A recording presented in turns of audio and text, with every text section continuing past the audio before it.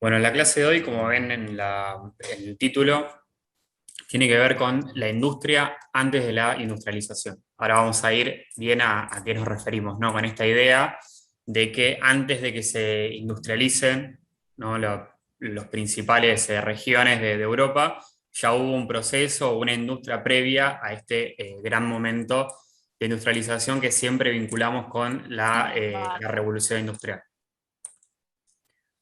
Bien, si tenemos en cuenta la revolución industrial, ¿no? Que es el gran proceso social y económico que tiene lugar en el siglo XVIII y precisamente en Inglaterra, o por lo menos en algunas regiones de Inglaterra, todos los focos historiográficos siempre se llevaron en este tema puntualmente, ¿no? En la revolución industrial, y toda la producción previa, principalmente manufacturera, ¿no? Fue vista como obsoleta o atrasada porque no está vinculada con la revolución industrial y la mecanización, ¿sí?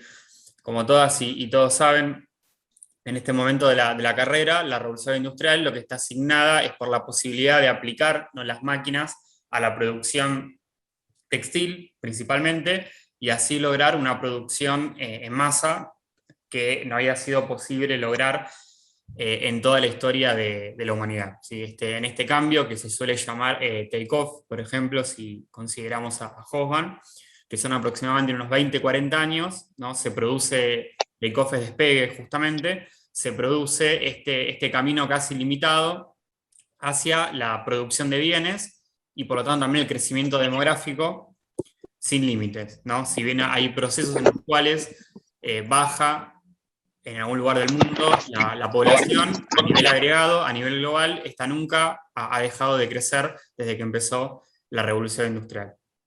¿No? Y tampoco deja de crecer la posibilidad de producir bienes y servicios a un ritmo prácticamente ilimitado. Este es el gran cambio de la revolución industrial, que como también saben bien, es lo que permite la transición del modo de producción feudal al modo de producción capitalista. Bien, ahora conocemos bien, ¿no? Este proceso, lo hemos estudiado o visto mucho, pero ¿qué pasa con toda esa industria manufacturera que ya había aparecido desde la Edad Media, principalmente en las ciudades y vinculadas con los gremios?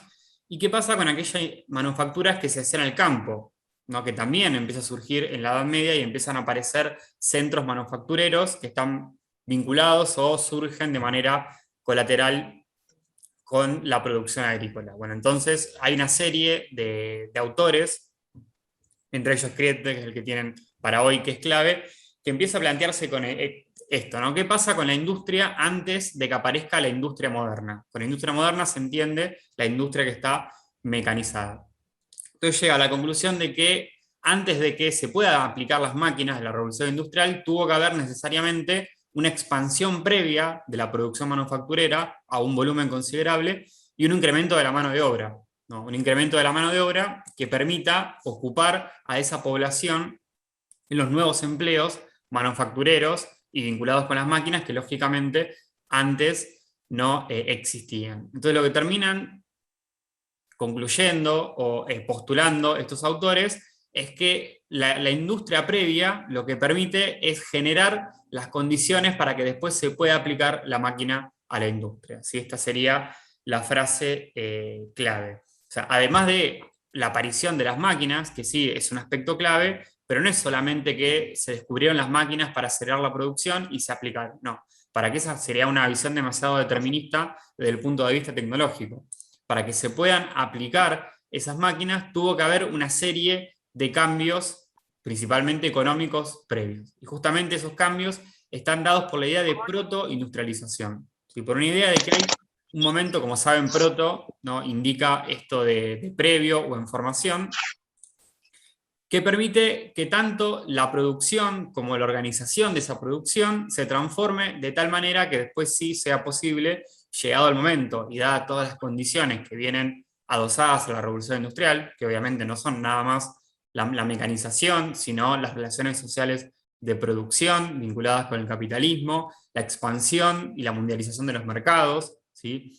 La conquista de nuevas áreas económicas por parte de Inglaterra, que lleva a la delantera como la potencia mundial, todos esos factores juntos justamente permiten entender la revolución industrial desde diferentes factores y no solamente uno que sería la mecanización. Así que este es el valor agregado o el valor distintivo de esta teoría de la protoindustrialización y por eso la estudiamos con especial interés.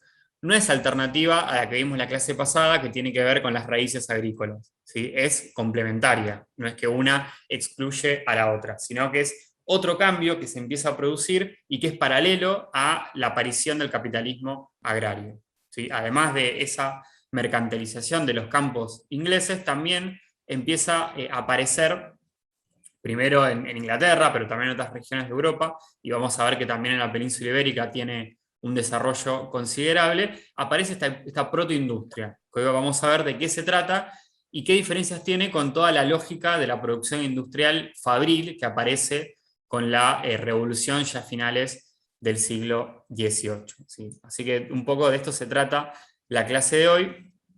Primero vamos a ver qué es la protoindustria, cuáles son las condiciones para que la teoría se cumpla según Kriete, y después vamos a ver puntualmente cómo aparecen las mujeres en esta producción manufacturera, en qué sectores aparecen representadas, que un poco va a complementar lo que vieron en la clase anterior de Federici, ¿no? Es un tema que está muy en relación con lo que habíamos visto la clase anterior.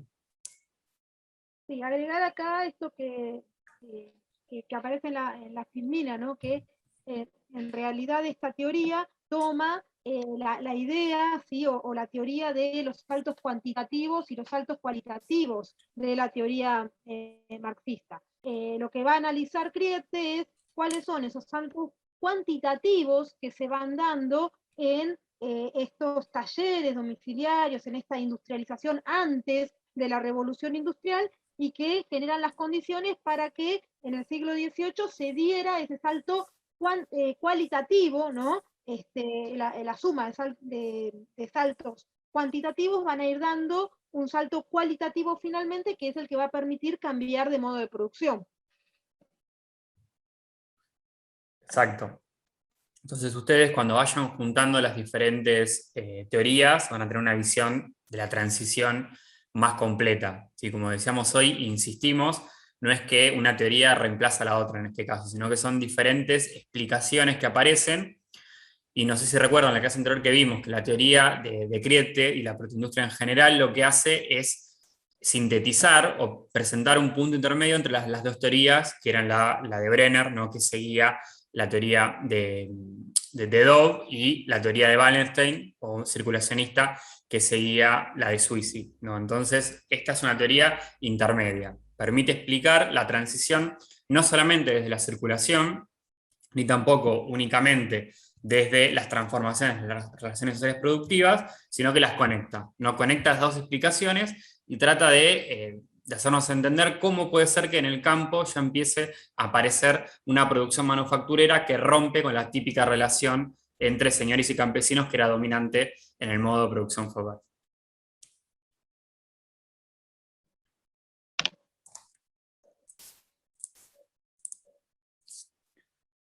Acá tenemos un gráfico muy simple para entender cómo funcionaba el modo de producción feudal y cómo en el mismo seno del modo de producción feudal aparece la industria rural. ¿Sí? Si miramos esta primera foto, que obviamente es simplemente eso, es una imagen detenida de cómo funcionaba en la mayor parte de la Edad Media y cómo sigue funcionando así todavía en el antiguo régimen. Entonces tenemos lógicamente una articulación entre dos entidades, ¿no? Sociales y también políticas y económicas distintas, ¿no? Una es la casa señorial, que tiene sus propios objetivos, ¿no? Tiene esta idea de alimentar primero los gastos militares y después los gastos cortesanos cuando entramos en la Edad Moderna. Pretende ser autosuficiente, pero tiene, ¿no? Una circulación, un comercio con otras regiones cercanas, y su razón de ser es mantener el estatus de la clase dominante, ¿no? Del sector señorial o nobiliar, como lo podemos considerar. Y tiene lo que llamamos dominio eminente de la tierra, ¿no? Esto que decíamos de que tiene el derecho principalmente jurisdiccional sobre esa tierra, y el campesinado tiene el dominio útil. son las personas que están efectivamente sobre esa tierra y la trabajan, y esos derechos se superponen. Y esta casa señorial se vincula con las diferentes familias campesinas. Acá la unidad de producción es la familia campesina, y son las familias las que organizan la producción agrícola, y se vinculan con la casa señorial mediante la famosa coacción extraeconómica, ¿no? Que ya la hemos visto y estudiado bastante. Entonces es una relación jerárquica, ¿no? La casa señorial lo que hace es dominar diferentes unidades de producción a través de la renta. Con dominar decimos que termina determinando gran parte de lo que pasa dentro de esa unidad familiar, porque tiene que cumplir con obligaciones, y eso termina determinando también cómo se organiza el trabajo. Y obviamente que esta renta va cambiando con el tiempo, y como vimos, por momentos es renta en trabajo, después es renta en especie, y ya llega un momento que casi toda la renta se cobra en dinero, a medida que las relaciones mercantiles van penetrando en el campo, ¿no?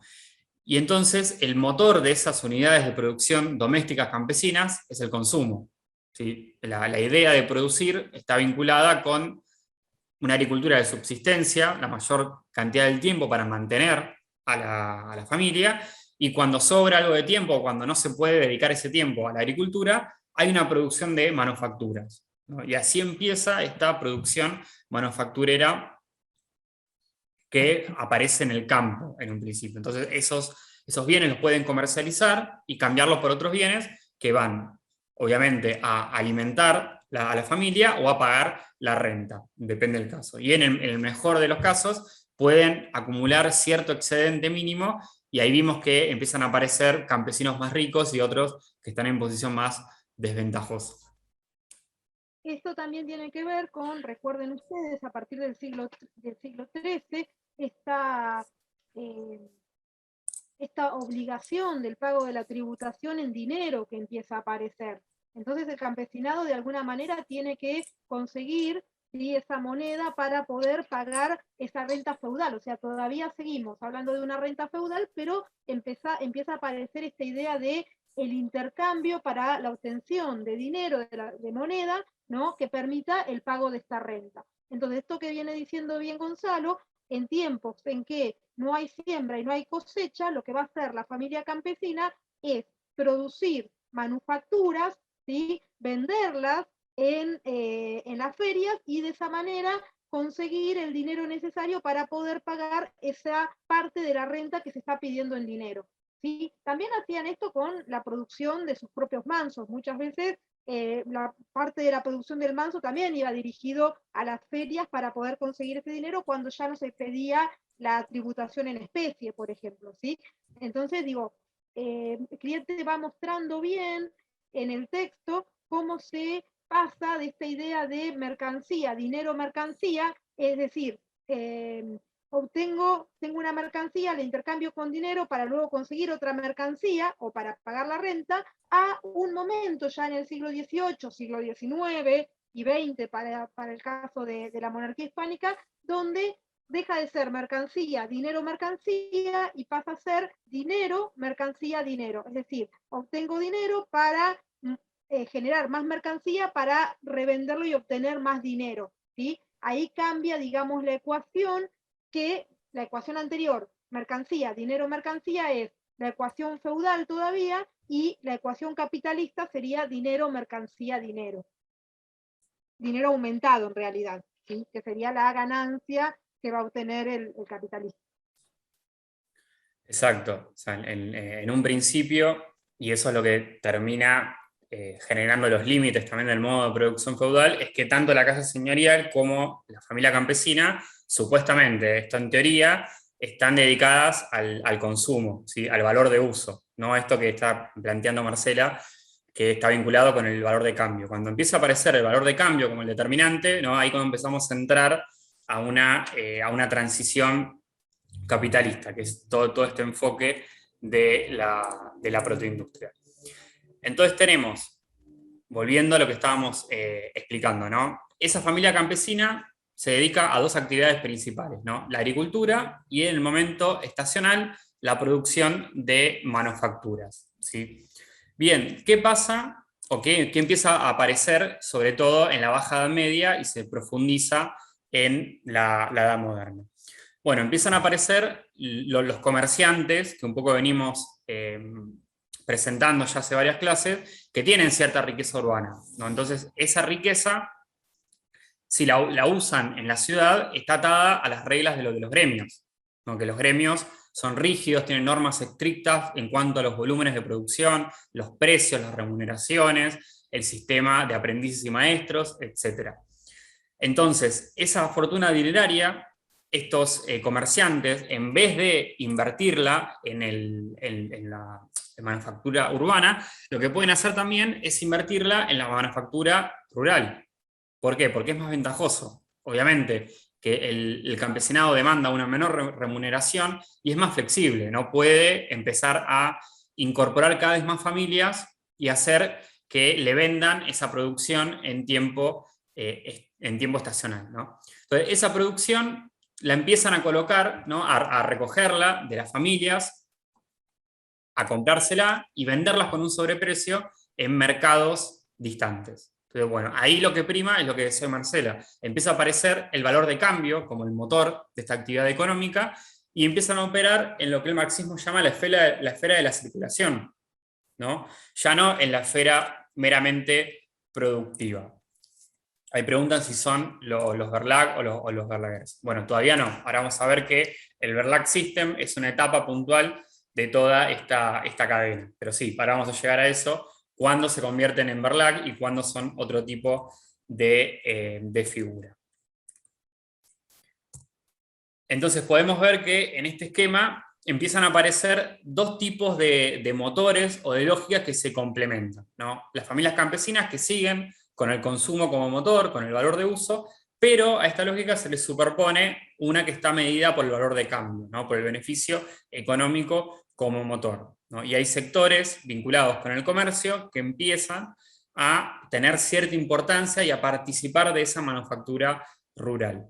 Tengan en cuenta que la producción manufacturera urbana es antiquísima, ¿no? Ya el Imperio Romano y las polis griegas conocían este tipo de producción manufacturera, pero la industria rural es, diríamos, una invención medieval. ¿Sí? Es algo que aparece específicamente en la Edad Media y empieza a tener cada vez más protagonismo, sobre todo en la Edad Moderna. Por eso se toma como uno de los antecedentes de lo que fue después la industrialización. Entonces acá es donde empezamos a establecer etapas, ¿no? Etapas diferenciadas. La primera fue la que explicamos en el modelo anterior, en la producción doméstica, que es en el tiempo libre que tienen los campesinos o el tiempo estacional, es donde con sus propias herramientas técnicas y procesos, ahí eso lo decide el núcleo familiar y es la unidad básica de producción, hacen manufacturas que tienen dos objetivos, que es reproducir sus condiciones de subsistencia, lo que decíamos hoy, y en todo caso generar excedentes para el pago de la renta señorial. ¿Qué pasa cuando aparecen comerciantes? Ahí es donde entramos en el cow system.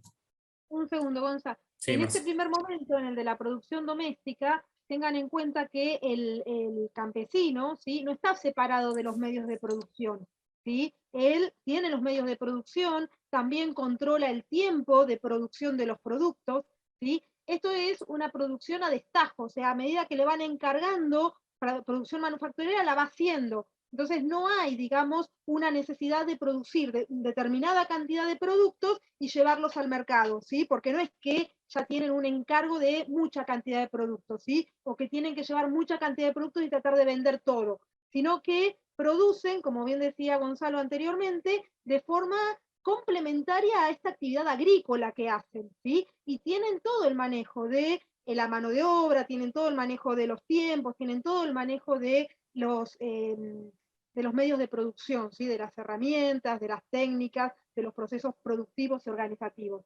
Ahí lo maneja la familia campesina, esta unidad doméstica que venía comentando Gonzalo anteriormente. Vamos a ver cómo esto va a ir cambiando, ¿sí? En cada una de las etapas de la protoindustrialización.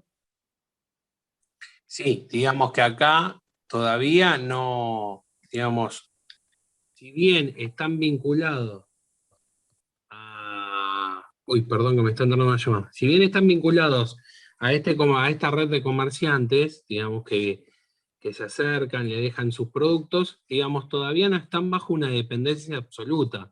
Eso es lo que está mostrando Marcela, principalmente teniendo en cuenta que los medios de producción son ellos, son esos telares que utilizan, que son los propios, los que fabrican su propia vestimenta, ¿no? Digamos.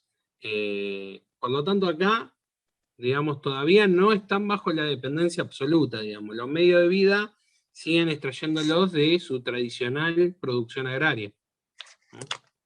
Principalmente, claro.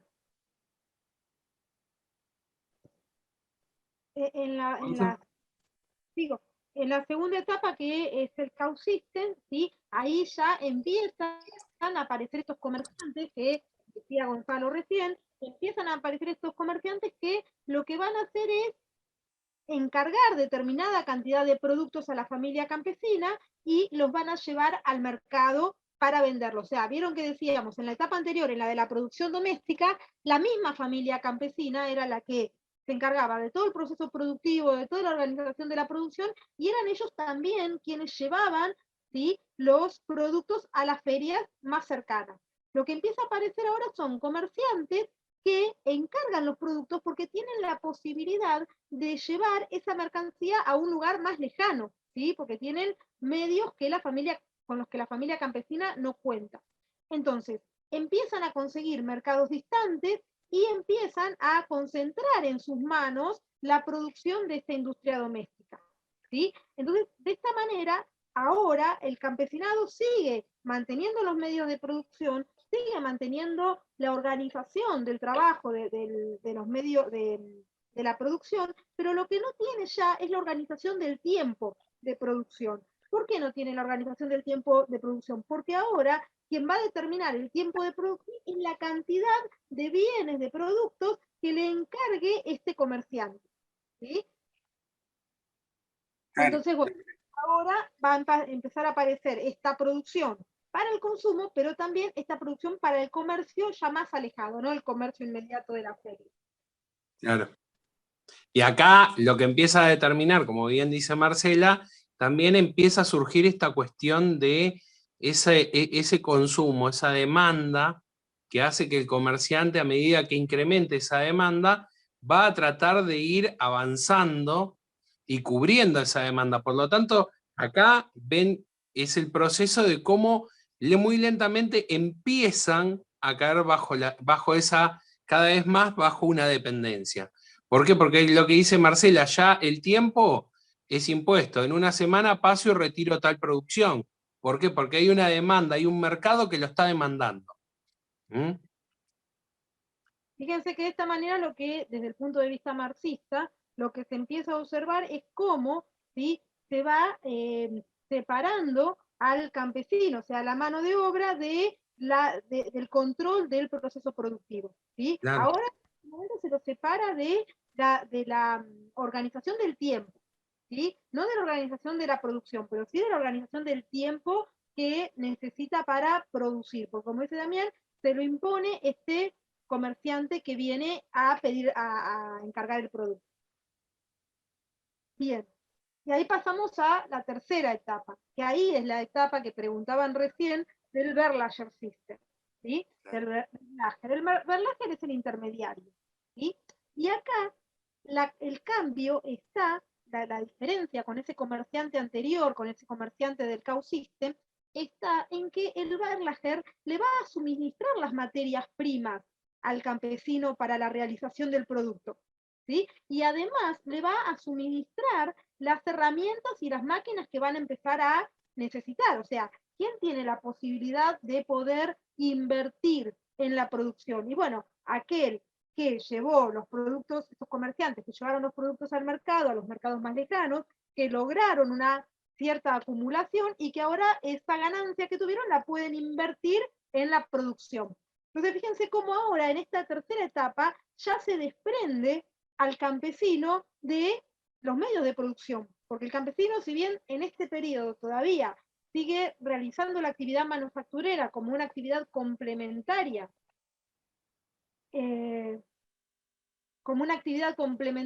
de la agricultura, ¿sí? Ya empieza a no tener los medios de producción, porque los medios de producción ahora los pone el comerciante, los pone el Verlager.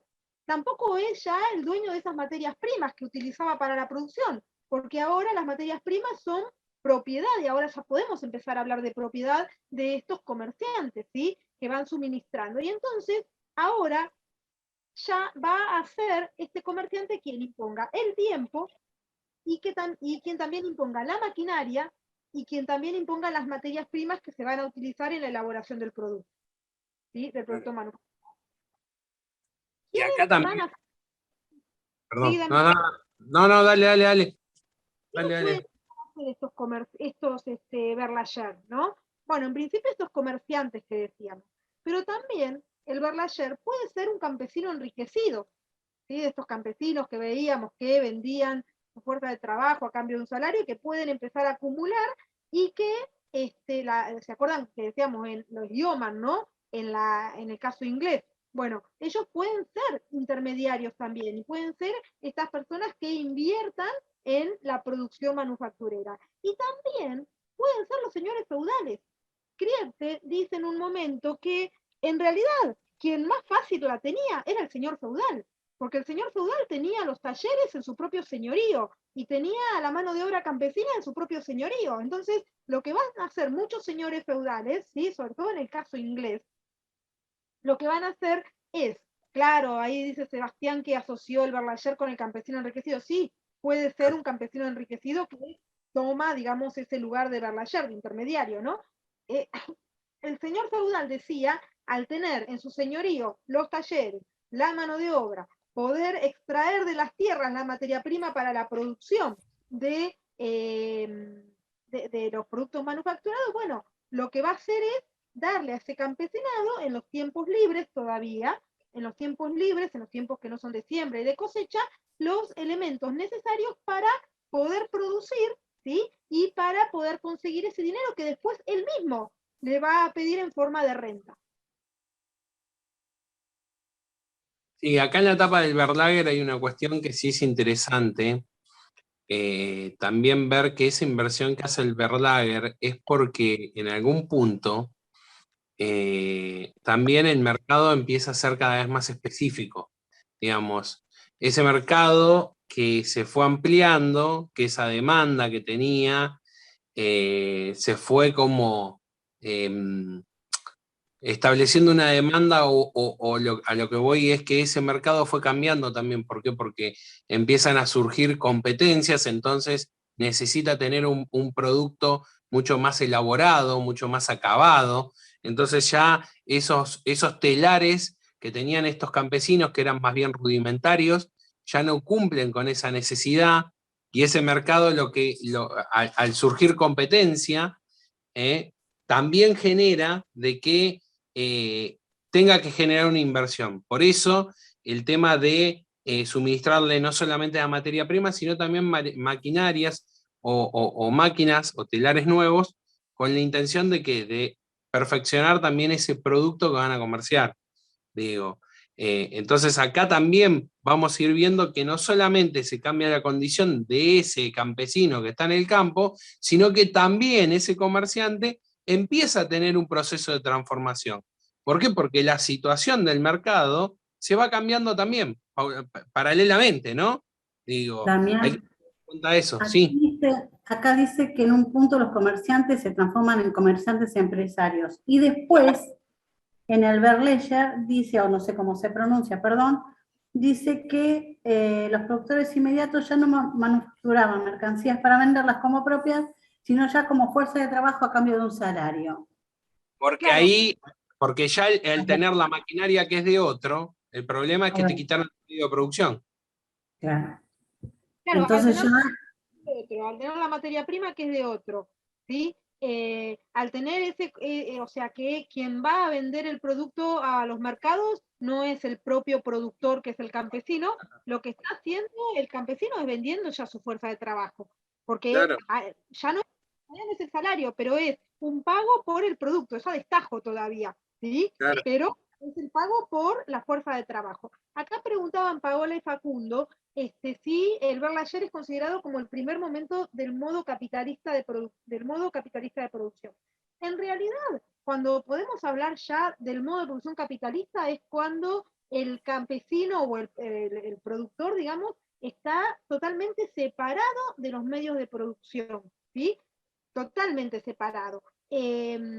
Entonces, acá lo que se está dando es esta acumulación cuantitativa todavía, o sea, todavía tenemos un campesinado que sigue teniendo los medios de producción, tenemos otros campesinos que ya dependen del Verlayer, ¿sí? Tenemos otros campesinos que se siguen dedicando a la agricultura y a medida que pasa el tiempo, esto se va acumulando cada vez más en campesinos que venden, digamos, sus productos a un Verlayer y entonces ahí sí, en un momento determinado, se da el salto cualitativo, ¿sí? En este momento del Verlayer System todavía estamos en este momento del salto cuantitativo, ¿sí? Claro. Y después, esto que dice, esto se desarrolló en regiones donde era más débil el señorío. Sí, claro, los tiempos en que se van dando estas etapas son diferentes según el lugar, o sea, se va a dar mucho más rápidamente en Inglaterra, por ejemplo, y mucho más tardíamente y de una forma mucho más lenta en lo que es la monarquía hispánica, ¿sí? Pero tiene que ver con un montón de cuestiones, que son las que vinimos analizando en la clase anterior y en la clase incluso de la Reforma, que tienen que ver con esta mentalidad que va cambiando, ¿sí? Con las condiciones estructurales que también se van modificando, y en otros lugares con una, digamos, mirada desde el propio Estado, como es en el caso de la monarquía hispánica, de seguir manteniendo cuestiones bien feudales hasta entrado el siglo XIX, ¿no? Sí, claro, y acá hay una cuestión que también es interesante ver en torno a este proceso de la etapa del Verlager. Ustedes tienen que ver acá que estos comerciantes empresarios, teniendo esta lógica, lo que van a buscar es tratar de tener cada vez más cantidad de campesinos que trabajen bajo su dependencia, y entonces van a generar una expansión en esa área aledaña a este centro urbano en el cual estaban estos comerciantes. Ahora, la pregunta es la siguiente.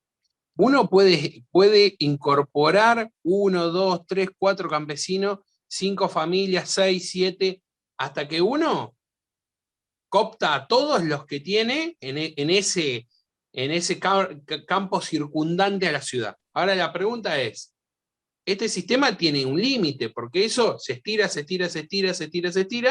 hasta un punto, porque no se puede ampliar más ese circuito, porque no tenés campesinos, porque ya no tenés familias campesinas.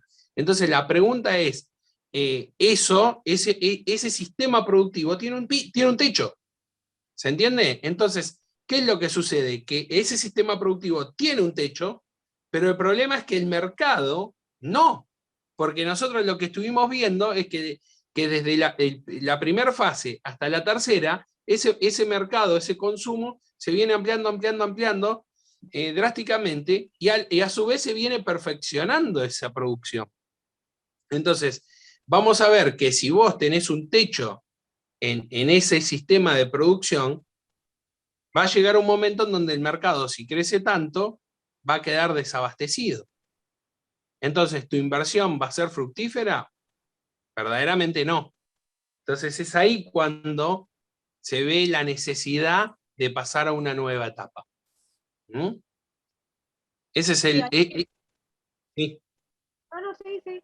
No, que ese es el punto de inflexión justamente en el pasaje, ¿sí? a la cuarta fase, digamos, que es la centralización de la producción.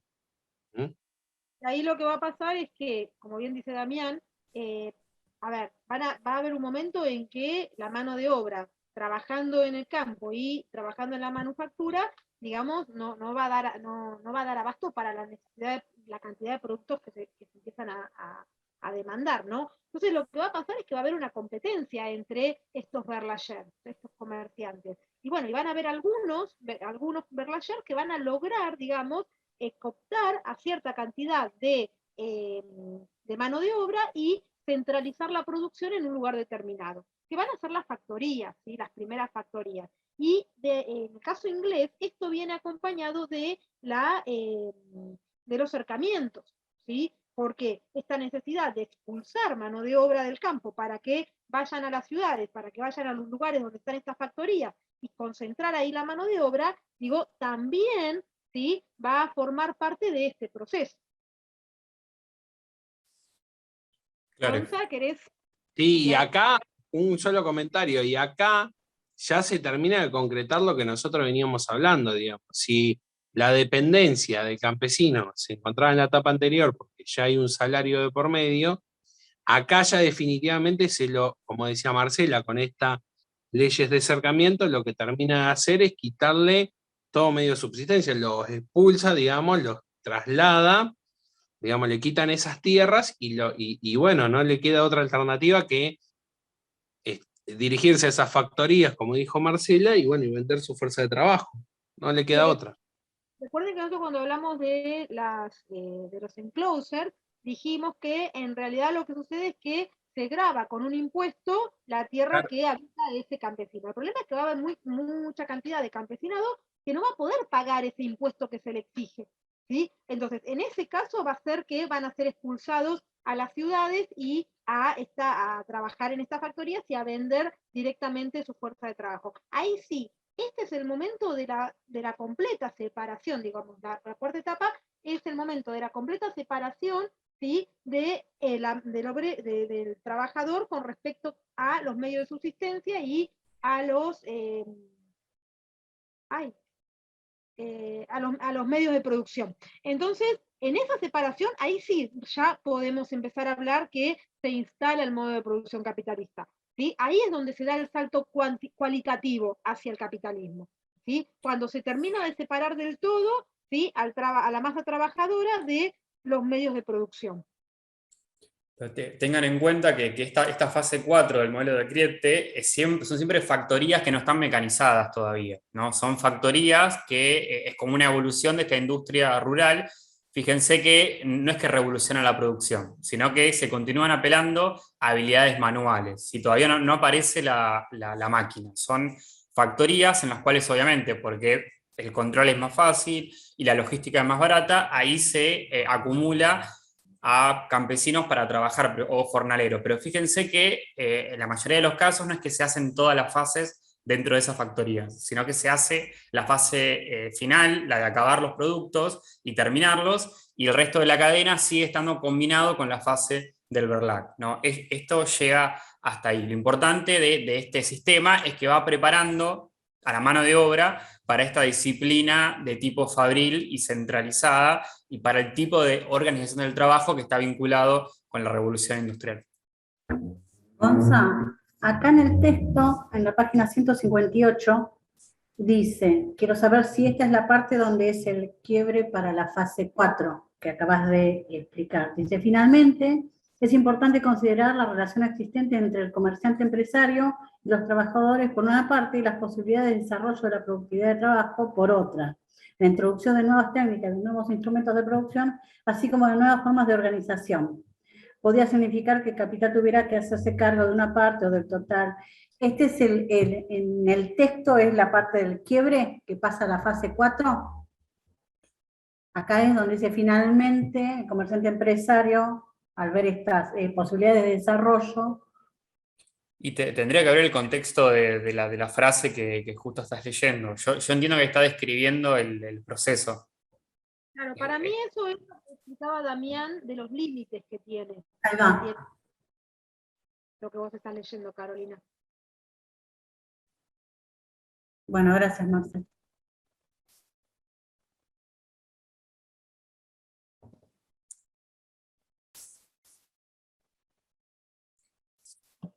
Acá tenemos otro gráfico que un poco, bueno, explica esto que estaba diciendo Carolina y resume todo el proceso anterior.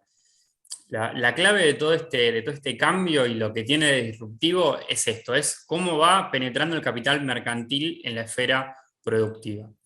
¿Qué quiere decir esto? Bueno, para el materialismo histórico, o al menos su interpretación más tradicional, hay diferentes esferas, ¿no?, de la economía que están separadas, pero que están vinculadas en el capitalismo, ¿sí? Por un lado, la producción, que está vinculada con la esfera de la circulación, que es el momento en el cual se intercambian los productos, con el consumo, que es el abastecimiento de quienes demandan esos bienes y servicios.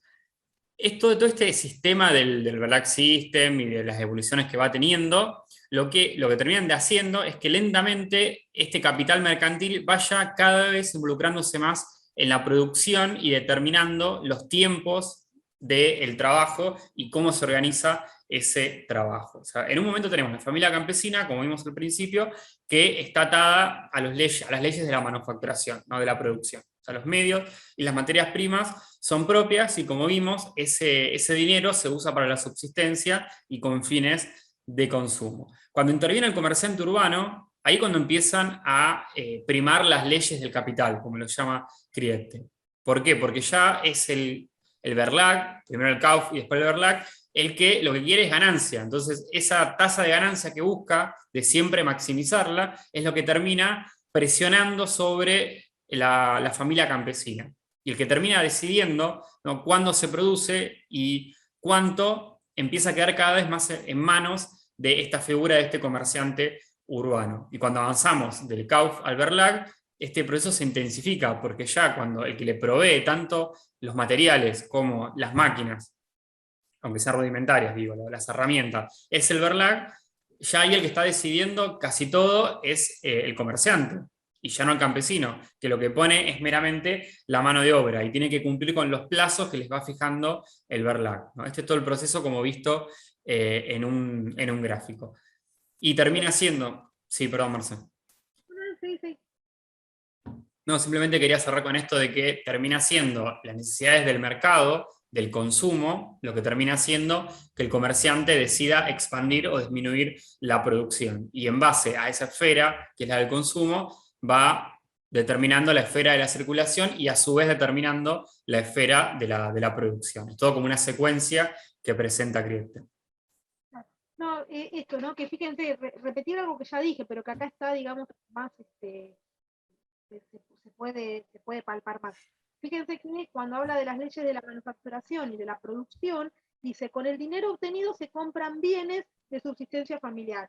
Este es el momento en el que Kriete plantea esta cuestión de mercancía, dinero, mercancía, ¿sí? Vendo una mercancía, obtengo el dinero y con eso compro bienes de subsistencia familiar, ¿sí? En el segundo momento, en el momento de la circulación, ahí que me fuiste, ¿podés volver, Gonzalo? Sí, perdón. En el segundo momento, yo para leerlo tal cual, donde dice, compra de manufacturas a numerosos y pequeños productores para revenderlas y obtener beneficios, ¿sí? Fíjense que ahí lo que se hace es inversión de dinero, comprando una mercancía, dinero, mercancía y dinero aumentado, ¿sí? Obtener una tasa de ganancia o un valor agregado. Fíjense cómo estas dos combinaciones se van modificando. Ahí está, era eso. Sí, hoy recién te toqué sin querer, pero bueno, ahora paso de verdad a la otra. Porque lo quería leer tal cual para poder explicarlo. Le apoyé el mate en el mouse y se cambió. Bueno, ahora sí, sería el esquema, ¿no?, que termina de cerrar toda la idea de protoindustrialización y la importancia que tiene este esquema, que obviamente es una teoría, insisto en esto, no son fases que sí o sí se tienen que cumplir ni que se cumplen mecánicamente en todas las regiones y al mismo ritmo, ¿no? Sino que es un camino ideal que se recorre hacia esta idea de la centralización de la producción, que termina ayudando a que después aparezca o se pueda aplicar la mecanización fabril. La clave de todo este modelo es esta idea de especialización productiva de las regiones. ¿Qué quiere decir esto? Que en las regiones donde mejor y más avanza la protoindustria, se empiezan a dar todas estas condiciones, ¿no? Hay algunas zonas de esas regiones que se empiezan a especializar, ¿no?, y se hacen más importantes en la producción de manufacturas. Entonces, como hay una zona que se hace muy importante en la producción de manufacturas, hay otra zona que desarrolla una agricultura comercial moderna, siguiendo la teoría de Brenner, que permite abastecer a esa región. Eso es la especialización, ¿no? Es una división de los tipos de producción. En una zona se empiezan a producir manufacturas en un volumen considerable, se empieza a concentrar la producción manufacturera y esos comerciantes empiezan a acumular cada vez mayor riqueza. Y hay otra zona complementaria que es la que le va a proveer el abastecimiento de alimentos que necesita esa otra región que se está especializando en la producción manufacturera, ¿sí?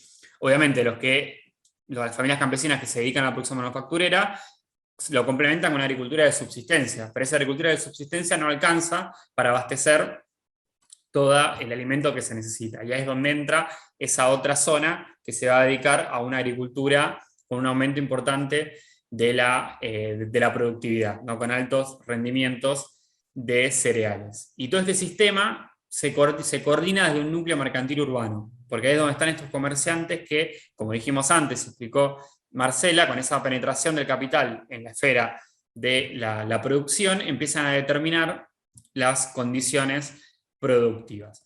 Y esta zona mercantil avanzada lo que va a hacer es alcanzar mercados cada vez más lejanos, ¿no? Se empieza a orientar hacia mercados exteriores. Y esto lo puede hacer porque son de mayor calidad los bienes que se producen en esa zona, ¿no? Y ahí vemos cómo se va generando este sistema que, como vemos en la aclaración, no es que desaparecen las regiones feudales, o feudales entendidas con el modo de producción feudal, sino que todas empiezan a estar coordinadas por este sistema nuevo que aparece y que rompe y que está determinado por las leyes mercantiles.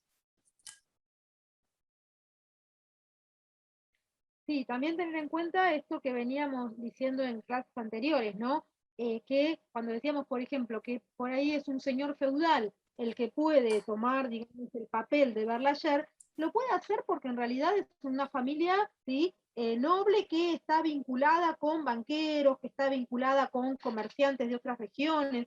Recuerden, digamos, esa imbrincada red de relaciones, ¿no? Que se van a dar en la modernidad y que por ahí no pasaba en la Edad Media, ¿sí? Que es esta alianza que se empieza a dar entre los sectores pudientes, entre los sectores poderosos de las ciudades y los sectores, las casas nobiliares que están en el campo. Entonces, eso es lo que permite que de repente sea un señor feudal quien tome el lugar de un Berlayer, porque está vinculado por relaciones de parentesco con familias, ¿sí? Que tienen, digamos, un asiento en determinadas ciudades y que a partir de ahí pueden expandir esta circulación del producto hacia otros lugares, ¿sí?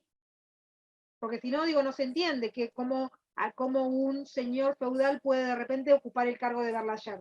Bueno, porque las vinculaciones que tienen le permiten esa circulación del producto. Claro. Sí, ahí es donde vinculamos lo que vimos en la clase pasada, los diferentes sectores sociales que hay en Inglaterra, y que la figura del Verlag no es que es un solo sector social que puede ser Verlag, sino que son distintos, ¿no? Pueden ser pequeños comerciantes, pueden ser algunos sectores manufactureros que acumularon riqueza, puede ser un campesino muy enriquecido que se dedica a esta actividad, son varios, ¿no? Es una figura bioteórica. Sí, la realidad es que es como una categoría para sintetizar y tratar de comprender, digamos, el proceso, pero bueno, en la realidad es un poco más complejo, digamos. Simplemente es eso, pero uno cuando habla del Verlager hace mención al proceso y a las etapas para explicar la diferenciación de estas etapas. Digamos, después las composiciones sociales vamos a ver, como decían Gonzalo y Marcela, obviamente un Verlager puede ser estas variables sociales que hemos enunciado. Ahora, digo, dentro del proceso lo que sí se está viendo es estas etapas de transformación. Y uno de los que podemos ver acá, volviendo a la etapa que nosotros hablábamos de Brenner, que en algún punto ese capital o esa acumulación de capital está asociada, ¿sí?, a este mundo agrario, digamos, ¿no? No lo está dejando ausente, sino que estamos viendo como bien lo habíamos presentado en la clase anterior, esta simbiosis entre lo exógeno y lo endógeno, ¿sí? Fíjense cómo está mezclando el mercado, la producción, el mercado, y cómo se amplía ese mercado y cómo se produce este proceso de aumento de la producción, ¿no?, manufacturera. Sí, lo que sí no es el Verlag, y lo aclaramos para que después por ahí no aparezca que es la idea de que es una clase social. No, o sea, claramente No. no es una clase social, es una figura teórica que se usa para explicar, ¿no?, esta penetración del capital mercantil en el ámbito rural. ¿Sí? Bueno, ¿y por qué es importante, ¿no?, todo esto de la proteína que estamos explicando? Bueno, porque ahí tenemos una frase clave, ¿no?, de que solo una demanda privada continua de productos industriales podía hacer que el capital se convierta en fuerza motriz del aumento de productividad. O sea, acá es donde se vincula lo que decíamos de todo este capitalismo agrario con la protoindustria. ¿Sí? O sea, hay por un lado una demanda interna que tiene Inglaterra, que esa demanda interna está dada por el crecimiento del campo, ¿no? Como hay una mejor alimentación del campesinado, entonces después de estar bien alimentados, lo siguiente es poder consumir bienes rurales, bienes textiles, perdón. Entonces, ese mercado que se genera de bienes masivos, textiles, no ya de productos suntuarios, es lo que genera una demanda sostenida que obliga a aumentar la producción, ¿no? Y por eso se explica que sea necesario que estos comerciantes cada vez integren más unidades campesinas para aumentar su volumen de mercancías producidas. No sé si me explico con esta idea, pero lo que dice Crete es que si no hubiera una demanda sostenida de bienes, no hubiera sido necesario empezar a implementar diferentes fases de protoindustrialización. Alcanzaba con el volumen de producción anterior, incluso con el volumen de producción que se daba en el marco del feudalismo. Pero lo que dice Crete es que no, como hay una demanda sostenida, porque hay un campo que aumenta su productividad, entonces es que estas figuras tienen éxito y, invirtiendo en capital mercantil, logran aumentar su producción y así evadir todas las reglas que tenían en las ciudades mediante los gremios para aumentar la producción.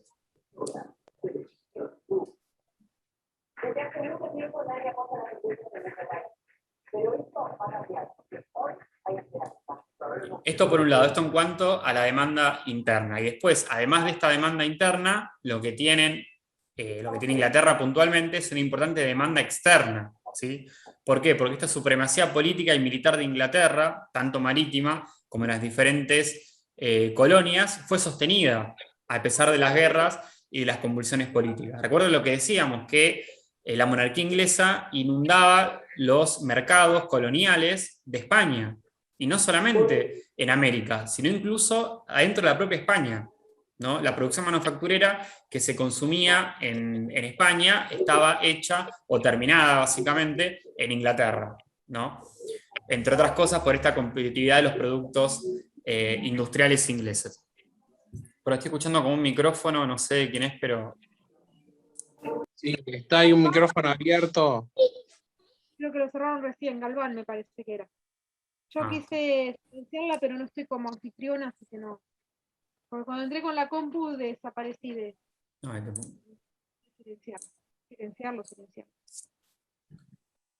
Y yo tampoco estoy como confite.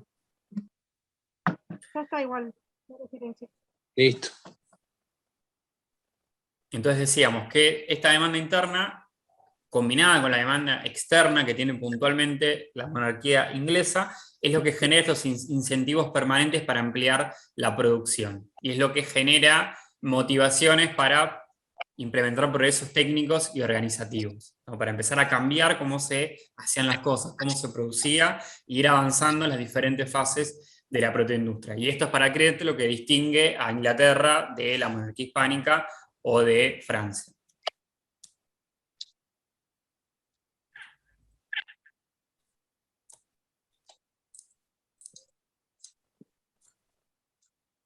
Bien, acá vamos con lo que serían las reflexiones finales del texto de Crete, ¿no?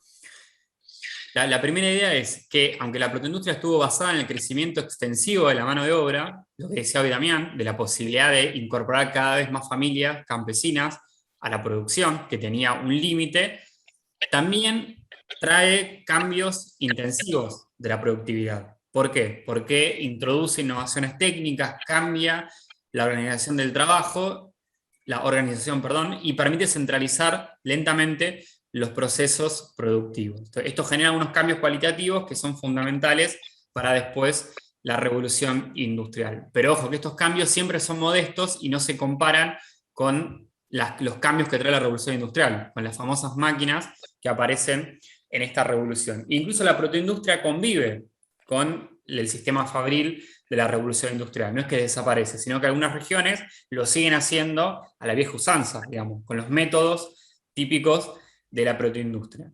Y lo que es también muy importante es que no es una secuencia evolutiva y lineal, sino que en cada región los ritmos y las evoluciones fueron distintos. ¿Cuál es el valor de la protoindustria? Bueno, de allí donde se desarrolló y donde existió, funcionó como un polo de arrastre y de desarrollo económico y de dinamismo para la agricultura feudal. O sea, generó estímulos para que se empiece a romper este esquema propio de la economía señorial y se empiece a implementar una economía de mercado en el campo, ¿no? En la industria agrícola, perdón, en la producción agrícola y también en la producción manufacturera. Esta es la importancia que tiene la protoindustria y por eso estudiamos este modelo. No, la Jenny la vamos a ver con Ver. Sí, Marce, perdón. Plantea la cuestión de que los cambios cualitativos son modestos, porque en realidad todo este periodo, todo lo que estamos viendo en la protoindustrialización, son más bien saltos cuantitativos, ¿sí? Recién con la revolución industrial se va a dar el salto cualitativo. O sea, esos cambios no generan un salto cualitativo directamente, sino pequeños saltos cuantitativos que van a devenir en el salto cualitativo que ya es con la revolución industrial y con la introducción de las máquinas, de la maquinaria, ¿no? Que en este momento todavía no está, como bien decía Gonzalo hoy, incluso en las factorías, se sigue utilizando herramientas, o sea, todavía ahí no tenemos el salto cualitativo que permite hablar de un cambio en el modo de producción. Recién cuando se cambie, cuando el campesino, el trabajador rural, se convierta definitivamente en un obrero y se introduzca la maquinaria, ¿sí?, que nosotros conocemos de la revolución industrial, recién ahí podemos hablar del modo de producción capitalista como modo de producción dominante. Y eso también es un poquito lo que planteaban antes o preguntaban antes Paola y Facundo.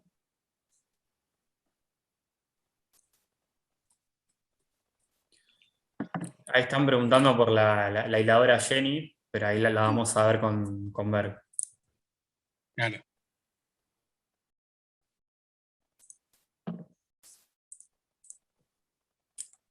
No sé si hay preguntas hasta este momento de protoindustria, si no pasamos al otro texto. O comentarios, o que nos digan si no nos explicamos bien. Bueno, acá hay dos mensajitos. Sí, lo de la hiladora Jenny, que bueno, ya dijiste, sí, 2 veces preguntaste. Dos personas distintas, ¿no? Sí, mucho interés por Jenny.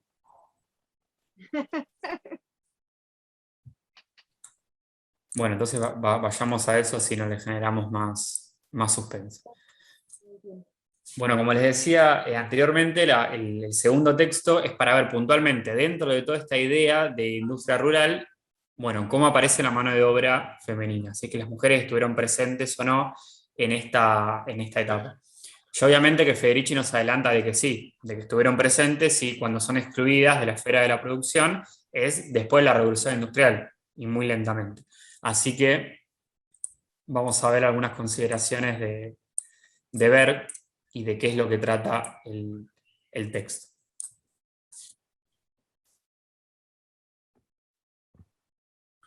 El texto de Ver lo que hace es poner el foco en los principios de la revolución industrial, ¿no? De todo el momento previo y que termina logrando que entendamos cómo se producen los cambios fundamentales de la revolución industrial. Entonces se centra, ¿no?, en la tecnología, en cómo se organiza el trabajo y cómo se van modificando las diferentes regiones en Inglaterra. Entonces con esas dimensiones va tratando de entender, bueno, cuál es el rol que tuvieron las mujeres en todo este cambio.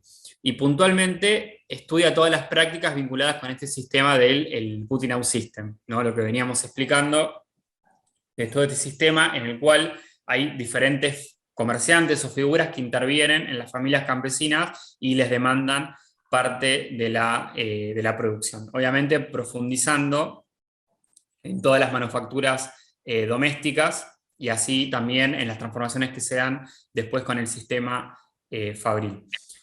Y acá lo importante, o el dato que... Sí, perdón, también. No, te iba a decir que el power se ve cortado, o sea, no entra toda la pantalla. Perdón, No sé, acá se ve bien, Damián, ¿eh? ¿Sí? Entonces soy yo. Acá también se ve bien. Ahí está, fui yo. Dale, no dije nada, no te molesto más, perdón. Y lo que yo quería por ahí aclarar, que aparece el Putinow System, nosotros veíamos, cuando veíamos Kriete, veíamos el Cow System, el Berlayer System, ¿sí? Y o sea, la etapa posterior al Berlayer System es el Putinow System, ¿sí? Antes de llegar a las factorías. Claro, exacto. Y como les decíamos, la clave del texto de Berke es esto, ¿no? Entender cómo este desarrollo, esta evolución de todo lo que es la manufactura doméstica y después los talleres, que los van reemplazando en las ciudades, estuvieron sustentadas en el trabajo de mujeres y niños y niñas, ¿no? Que muchas veces es invisibilizado y fue fundamental para que la industria se pueda desarrollar y pueda ir progresando en el siglo XVIII y en el siglo XIX. Eso es lo que va trabajando mediante diferentes dimensiones. Nosotros vamos a extraer lo fundamental, ¿no?, del texto para que después ustedes puedan, como siempre, abordarlo y verlo con detalle. Bien. O sea, al principio no es nada distinto a lo que ya venimos viendo con Kriete, ¿no? En la primera parte lo que va a hacer es explicar todo este sistema de industria dispersa, ¿no? Va a retomar a los autores como Kriete y otros que se encargan de explicar esto.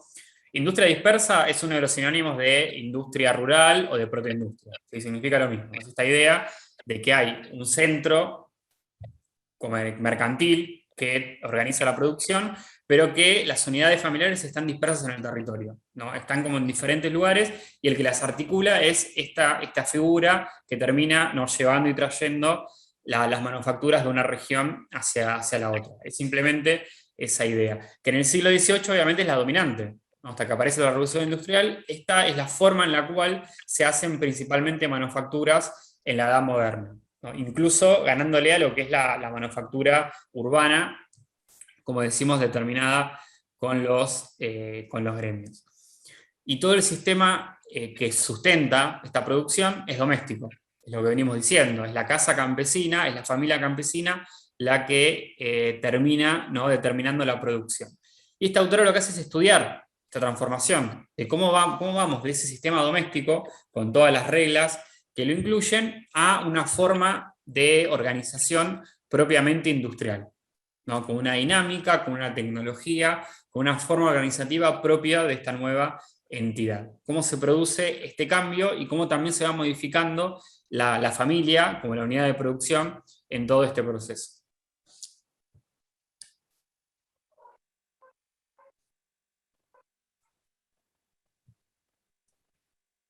Yo voy haciendo pausa porque veo que se desmutean y quieren hablar y no los quiero pisar. Pero...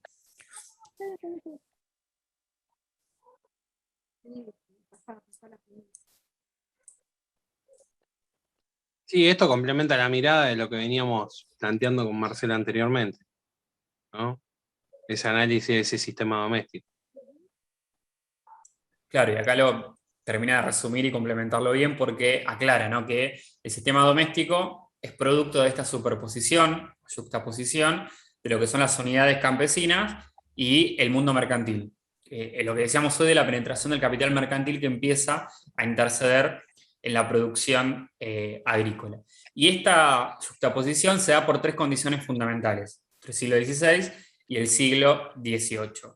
Primero, el crecimiento demográfico, ¿no?, y la polarización, que ya venimos explicando en el campo inglés. ¿Se acuerdan de ese gráfico que les mostramos de, primero, cómo era más sencillo el sistema de señores y campesinos, y cómo les fluía la renta de un lugar hacia otro, y cómo a medida que va avanzando el tiempo, se va modificando esa relación y aparecen diferentes tipos de campesinos? Aparece la yeomanry, los freeholders, copyholders, etc. Eso es la polarización explicada en un gráfico. Los lados eran tres, ¿se acuerdan? Veíamos cómo iban apareciendo otros actores y cómo algunos iban quedando excluidos o iban quedando al margen del sistema, ¿no? Exacto. Y en segunda instancia, también la aparición de un mercado mundial, de un mercado mundializado. Acá claramente lo que plantea Wallenstein, ¿no? Que va apareciendo un mercado colonial que obviamente empieza a modificar las condiciones de producción, por diferentes motivos. Uno, porque amplía, ¿no?, la cantidad de lugares para colocar mercancías, y también porque empiezan a fluir metales preciosos que terminan también modificando la economía europea. Lo que les decíamos de la llamada revolución de los precios, o ese proceso inflacionario que se da en toda Europa. Y el tercer aspecto de todas estas condiciones o cambios es esta idea de que les planteamos hoy, de que la familia campesina está orientada hacia la autosuficiencia y la autosubsistencia. Y todas estas nuevas dinámicas empiezan a penetrar en el ámbito de la familia campesina, y empieza a haber cambios vinculados con el aumento demográfico, ¿no? Con el aumento demográfico también se fracciona la propiedad campesina y se empieza a romper la autosuficiencia. ¿Cómo?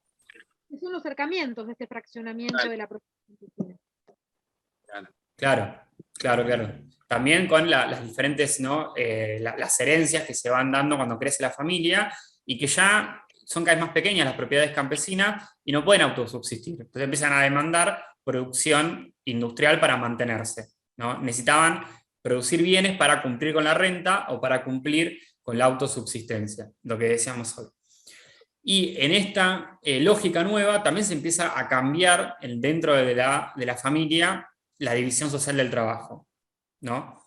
Tengamos en cuenta que, como ya también dijimos anteriormente con Federici, había actividades económicas que estaban hechas por mujeres y niñas y que empiezan a tener una menor valoración, ¿no?, económica. Empieza a aparecer esto de que la reproducción empieza a ser invisibilizada y que la mano de obra hecha por mujeres y niños empieza a ser visto como de menor categoría de la producción que hacen principalmente los varones, que después se va a empezar a vincular mayormente con el mercado y con el exterior a la unidad doméstica, ¿no? Y todo lo que pasa dentro del hogar es visto como de menor jerarquía.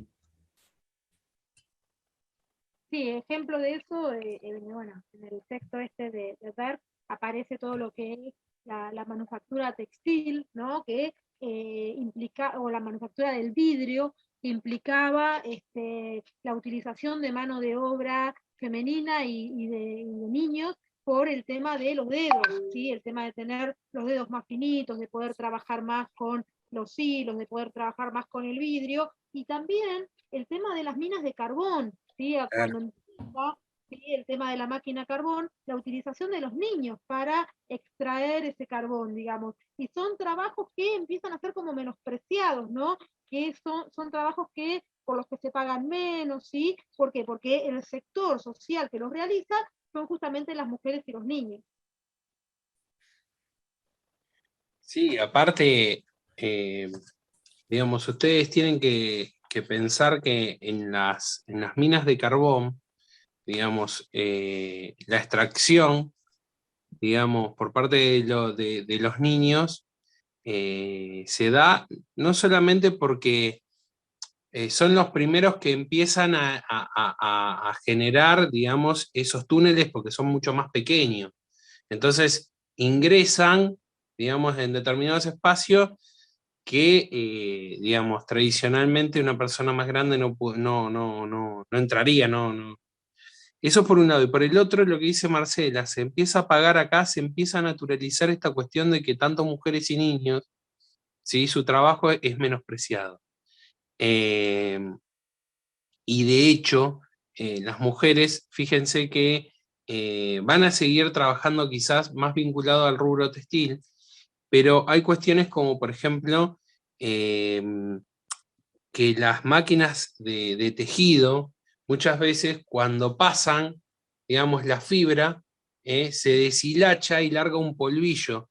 Y acá muestra, digamos, que estas primeras, digamos, establecimientos entre comillas, fabriles, no contaban con la ventilación, no contaban con la iluminación adecuada, digo, ¿no? Y el polvillo que por el roce, ¿no?, de las fibras, eran aspirados por estas mujeres que terminaban teniendo problemas respiratorios. Y por el otro lado, era muy frecuente, digamos, en estos lugares, esta cuestión de que se expandan las enfermedades como por ejemplo la tuberculosis. Y esto tiene que ver, ¿por qué? Porque ese polvillo le ingresaban en la nariz al aspirarlo, y entonces terminaban tosiendo y escupían. Y la poca higiene de estos establecimientos generaba que en realidad sea un espacio o un foco de contaminación muy grande en algunos casos.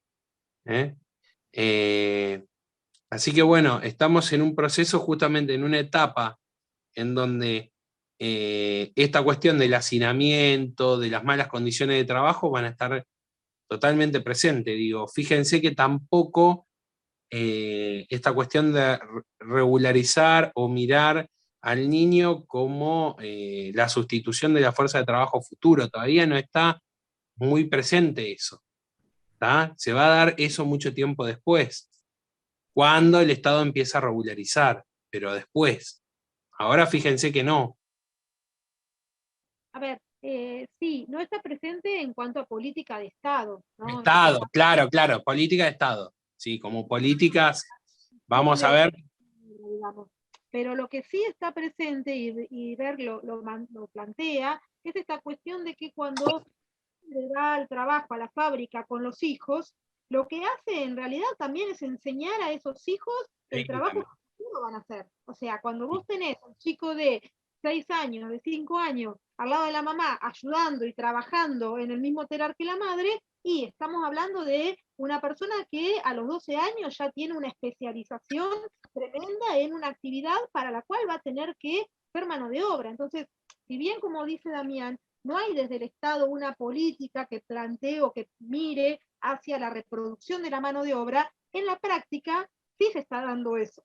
Sí se está dando, claro, están aprendiendo el oficio de las madres y posteriormente lo que van a hacer es sustituirlas en esos trabajos, ¿no? Sobre todo si son hijas mujeres, a las madres. Pero bueno, como decíamos el otro día, tiene que ver con esta cuestión de que el derecho sigue al hecho, ¿no? Claro. A posteriori lo que va a pasar es que se van a empezar a implementar las reglas y las normas y las medidas para justamente, digamos, poner institucionalmente esta cuestión de que los hijos van a reemplazar la mano de obra que son los padres. Claro, sí, sí. De hecho, acá es justamente donde, digamos, antiguamente se rompía lo que está planteando Marcela también trae aparejado una cuestión más, que tiene que ver con esta cuestión que en la Edad Media el oficio se transmitía de aquel artesano a alguien que lo tenía como aprendiz, ¿no? Y fíjense acá justamente esta cuestión de esa lógica de que el aprendiz va a aprender mirando de aquel de que sabe, sigue estando presente. Sin embargo, lo que sí se ve acá es que ya deja de ser un oficio, sino que hay una estandarización por medio de estos telares o de estas máquinas de una producción estándar, nada más. O sea, aprende cómo a manejar esa máquina para sacar la producción. No es un oficio que viene de ancestral y que viene pasando de generación en generación, no. Por eso Ver plantea, ¿no?, esto de que se genera una fuente de mano de obra barata e inagotable. Inagotable porque los hijos van aprendiendo el hacer que hacen las madres en estas factorías o en el mismo taller doméstico, ¿no?, domiciliario. Y bueno, y al final lo dice, ¿no?, que las mujeres supervisan y enseñan a los más jóvenes. El cuidado de los hijos forma parte de esta actividad productiva. Eran gestoras y educadoras dentro de la unidad productiva familiar, o sea, estaban enseñando a sus propias hijas, a sus propios hijos, el quehacer, ¿sí?, que ellas hacían en cuanto a la producción.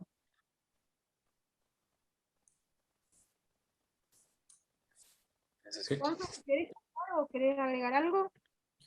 No, simplemente esto, que un poco lo que estaban diciendo está en esta filmina y tiene que ver con vincular, ¿no? Todo lo que es cómo se organiza el trabajo dentro de la familia, con las tecnologías que van apareciendo y cómo esa división del trabajo social y sexual también, porque tiene que ver con el género de las personas que integran la familia, se va vinculando con las diferentes tecnologías que implementan esas personas y con los saberes, con la educación, lo que decía recién Marcele, también retomaba Damián, ¿no? Cómo se va socializando a los varones para hacer determinadas actividades y usar determinadas técnicas y herramientas, y a las mujeres para, ¿no?, hacer otro tipo de actividades. Y también vinculadas con el cuidado, con lo que decíamos antes en la clase anterior, de garantizar la reproducción social y de la mano de obra.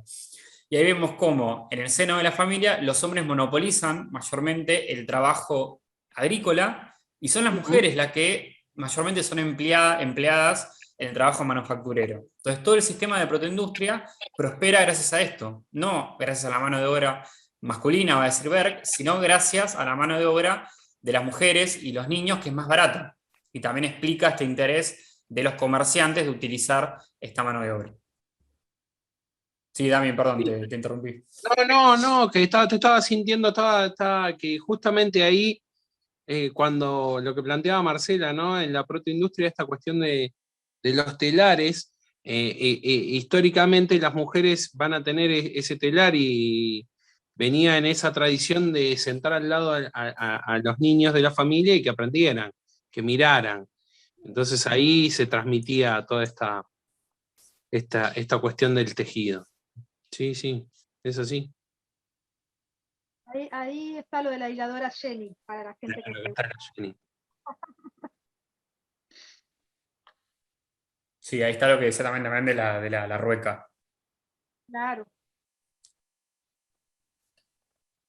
Fíjense lo que dice el último párrafo, ¿no?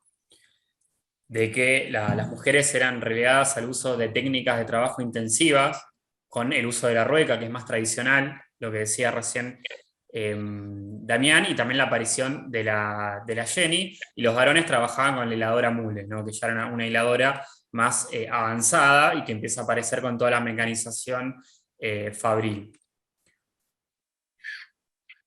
Pero esta expansión industrial no hubiera sido posible sin toda la extensión del sistema doméstico. Acá se complementa con lo que decía Crietes, digo, no es nada distinto. Lo que agrega como valor es que las que estaban mayormente llevando adelante esa producción familiar, que sigue cuando aparece la revolución industrial, son las mujeres y los niños, ¿no? Sí, es esa cuestión de visibilizar, ¿no?, el trabajo de las mujeres en todo este proceso que lo venimos estudiando y que lo venimos viendo desde diferentes teorías, pero donde la mujer queda como parte del todo y en realidad tiene como esta cuestión extra que veíamos con Federici el otro día, ¿no? Y que acá, digamos, se ve más claramente con toda la cuestión de la educación, de la enseñanza, de la crianza, como parte incluso de ese proceso productivo, donde lo que se está haciendo es esta reproducción de la mano de obra, y no solo la reproducción en cuanto al cuidado, a la alimentación, a la crianza, sino también esta reproducción en cuanto a la especialización de la mano de obra, ¿no? De estos chicos que, como decíamos, a futuro van a ser quienes trabajen en estas maquinarias. Claro. Aquí tenemos un poco las imágenes de lo que veníamos explicando para graficarlo, ¿no? Acá está la famosa Jenny. Y acá está la rueca, ¿no? Arriba. Y ahí tenemos también el gráfico de cómo era la producción doméstica y después cómo se pasa al taller, ¿no?, con la Jenny. Esas imágenes creo que eran tuyas, ¿no? A mí. Sí. No sé quién, porque van circulando los materiales que hacemos de...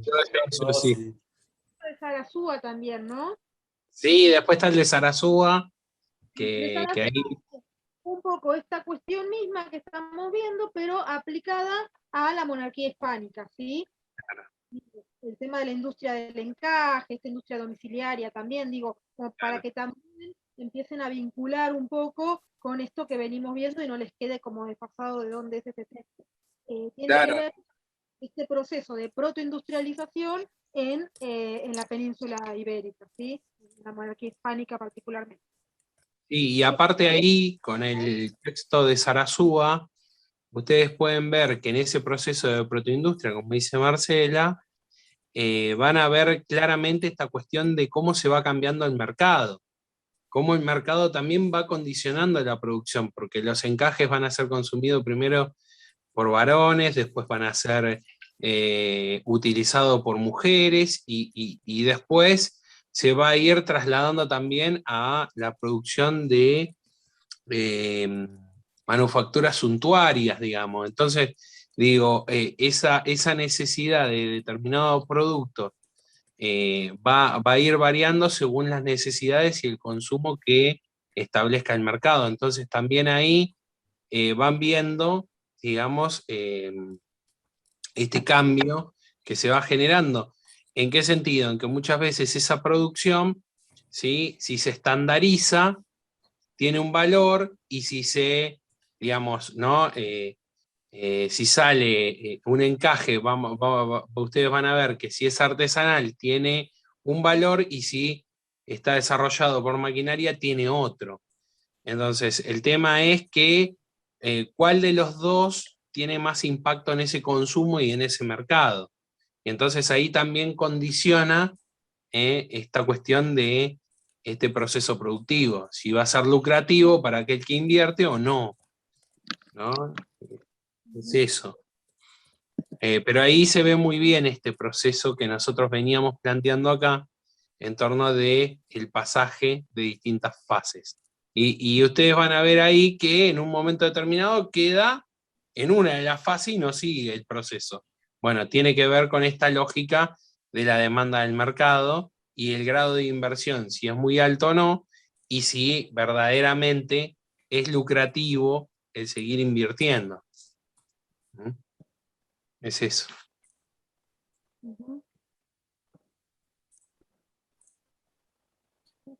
Así que bueno, no sé si quieren agregar algo más o hacer consultas. Yo voy a dejar de compartir, así nos podemos ver. Digo algo más y Y abrimos a preguntas. sí. No, porque para que no se asusten, el texto de Sarasúa está en la clase que viene, ¿sí? Claro. Hago esa aclaración porque no lo pusimos acá, porque después cuando veamos el caso de la monarquía hispánica, ahí vamos a ver específicamente. Yo a colación ahora porque justamente habla de las etapas y qué sé yo, ¿no? Pero lo vamos a trabajar con más profundidad en el próximo encuentro, ¿sí? En el encuentro que el próximo, sí. Sí, que en realidad el próximo, el 10, son las elecciones. Sino el otro. Repetimos para la gente, por si hay alguien que no estaba, que hubo alguna modificación con respecto al tema del cronograma, que tiene que ver con, primero, que el miércoles que viene no daríamos tutoría porque estamos afectados a las elecciones, ¿sí? Y en segundo término, que se achicó, digamos, los temas que entran al parcial, ¿sí? Que quedaba, ¿no? O sea, lo de España no entraría en el parcial, y luego sí queda como para elegir 2 ejes para el integrador, aquellas personas que lleguen a integrar, ¿no? O sea, elegir uno como centro y luego de ahí expandirse a todo lo que puedan ir hilando.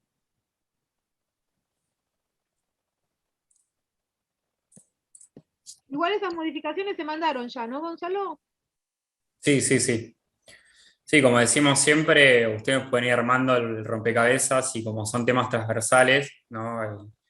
Obviamente que el tema que vimos la semana pasada se conecta con este y se podría ordenar de forma distinta. Ustedes podrían ver, bueno, todo un eje que sea sobre industria y mujeres, por ejemplo, pero en vez de eso, ¿no? Lo desarmamos y les dimos un texto de mujeres para cada tema. Entonces el de Federici entró en transición agraria, el de Berg entra en protoindustria y después entra en transición en Castilla, el de Sarasúa, ¿no? Pero todos los temas están conectados entre sí. Lo mismo todos los que son los temas de transición, obviamente están todos vinculados, y Brenner tiene que ver con Kriete, y así los diferentes temas que vayamos viendo, y un Casalila con Brenner, y así para que ustedes vayan armando el rompecabezas. Acá lo importante es que les vaya quedando las diferentes teorías por un lado, que una es la de la protoindustria, otra la del capitalismo agrario, y después les quede las regiones, y que vayan aplicando esos modelos teóricos a Francia, a la península ibérica y a Inglaterra. ¿Sí? Esa es la idea de cómo está pensada la materia. Sí, en el caso de repente elegir una región para trabajar la cuestión estatal y la transición económica, por ahí de forma comparativa ir mencionando características de los otros lugares que no son el eje que ustedes eligieron, ¿sí? De repente si eligieron Inglaterra para trabajar, bueno, plantear las diferencias con Francia y las diferencias con España sin ahondar demasiado en esos otros ejes, pero sí dar cuenta de que entienden, ¿sí?, cuáles son esas diferencias.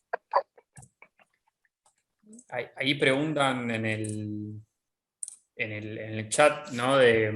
Sobre esto de que menciona Crete, de que hay movimientos de rechazo ante la extensión de sistemas productivos y que los gremios de artesanos parecen defender las relaciones feudales. O sea, más bien lo que defienden son las prácticas tradicionales y cómo venían haciendo las cosas. ¿Sí? Un poco no quiere la incorporación de nuevas máquinas, como pasa con la Jenny, que es resistida, donde había mucha tradición de implementar otro tipo de técnicas. Eso es lo que después se va a llamar ludismo, ¿no? El ludismo es justamente el boicot de las nuevas tecnologías, porque son vistas como la causa de nuevas explotaciones que se intentan imponer.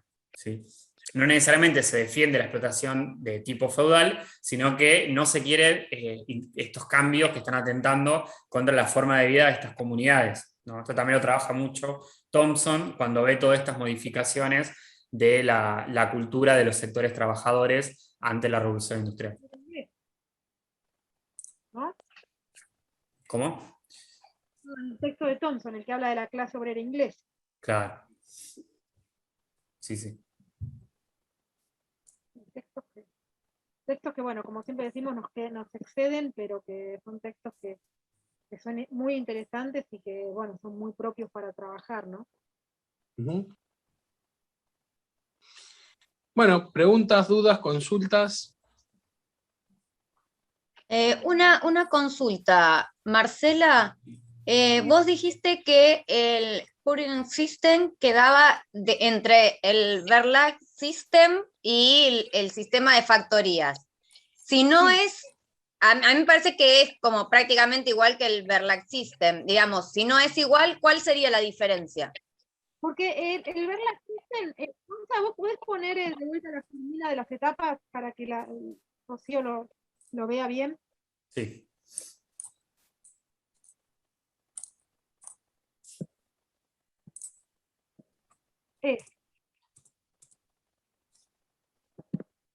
En el Verlag System, el Verlager ya está, digamos, ya se introdujo en el mundo campesino, ¿sí? Ya tiene, digamos, este control del sistema sistema de producción, del encargo, ¿sí?, de la cantidad de productos, suministra la materia prima y pone la maquinaria. Pero lo que no pasa es que esté centralizándose la producción. Cuando empieza ese proceso de centralización de la producción, ¿sí?, cuando empieza la etapa 4, ahí es donde hablamos del Putinow System, ¿sí? Y pero luego, no, pero en el Putinow System no está o sea, no hay una fábrica, o sea, o un lugar donde se centralice el lugar de trabajo, digamos. Se sigue siendo esto de que digamos, el lugar de producción sigue siendo en la casa del trabajador, aunque no sean sus materias primas ni sus medios de producción. ¿O no? ¿O estoy equivocada? Sí, estás equivocada. Empieza a darse la combinación de algunos trabajadores que continúan en sus domicilios y que siguen entregando el producto al Verlager, y otros que ya empiezan a estar concentrados en los primeros que no son factorías todavía, que son los galpones, que no llegan a tener esta maquinaria más especializada, ¿sí? A medida que esto va modificándose, ya hablamos de las factorías, pero hablamos de las factorías cuando prácticamente o casi toda la población campesina ya está trabajando directamente en estos lugares concentrados. En el medio, en el proceso en que se va dando el paso de el Verlahayer a el sistema de factorías como dominante, eso es el Putinow System. Ah, ok, ahora me queda claro. ¿Sí? Buenísimo. Gracias. Sí, voy a dar un ejemplo que bueno, puede parecer banal, pero bueno, recuerdo que cuando yo era chico, mi madre hacía Verlac System. En realidad hacía la última fase, la fase 4. Ya tenía una máquina de coser en casa, una persona le llevaba las camisas, hacía la confección básica de las camisas, esas después eran enviadas a una fábrica y ahí se terminaban. O sea, le pegaban los botones y todos los detalles. Bueno, eso básicamente... Así como se sigue haciendo, es como se hacía en ese momento, obviamente, sin máquinas de coser, sino con las herramientas tradicionales, esta producción manufacturera. Y así fue evolucionando en el tiempo. Sí, de hecho mi mamá también. O sea, le traían las cosas ya cortadas y las cosía en casa. Es muy 2001. A ver, el rubro textil sigue siendo un rubro que se maneja de esa forma. Lo digo Sí. porque... El del calzado también. El calzado también, sí, no, pero el textil más todavía se nota porque, digamos, yo lo conozco porque mi suegro es ojalador, o sea que ojala y pega botones. Entonces, claro, ese sistema, ese trabajo a domicilio sigue estando. ¿Sí? Incluso ya en la fase de centralización de la producción, cuando ya estemos más cerca de 1750, ¿sí? De la revolución industrial propiamente dicha, lo que va a pasar es que ya prácticamente todo el proceso productivo se va a hacer en estas factorías. Pero lo que no va a haber es la mecanización de la producción. Eso recién va a ser después de la revolución industrial o a partir de la revolución industrial. Y tenemos que verlo como un proceso que va incorporando cosas, ¿sí? Y a medida que va incorporando herramientas, a medida que va incorporando trabajadores en las ciudades, a medida que va incorporando nuevos actores como es el Verlahayer, lo que va a pasar es que, digamos, va cambiando de fase, ¿sí?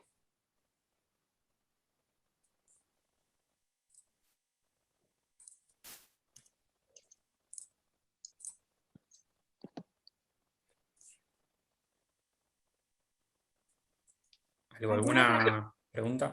Perdón. Preguntas, dudas, consultas. Yo sobre la fuente, nada más, ¿cómo están, profes? Marce, no sé, en Engels y en William, por ejemplo.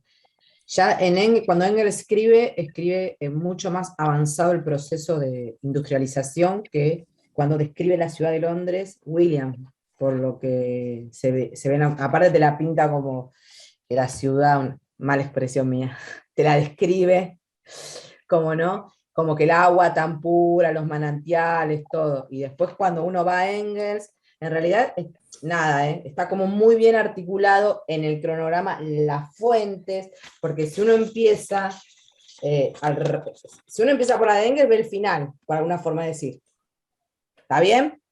Yo porque cuando la fui leyendo, una por una, después está el acta de navegación y la última que está como utopía, ¿no? Está bien que una toca un poco más el tema de la religión, ¿no? Las últimas dos un poquititos más, pero es como que las vi así. Si uno las pusiera al revés, ese nada, era como un comentario porque cuando las había leído ya la semana pasada, no quiero hacer mención, pero hoy como estábamos más avanzado el tema, quería hacer menciones y como que te cuenta un poco el final de una peliculita acá, es muy importante.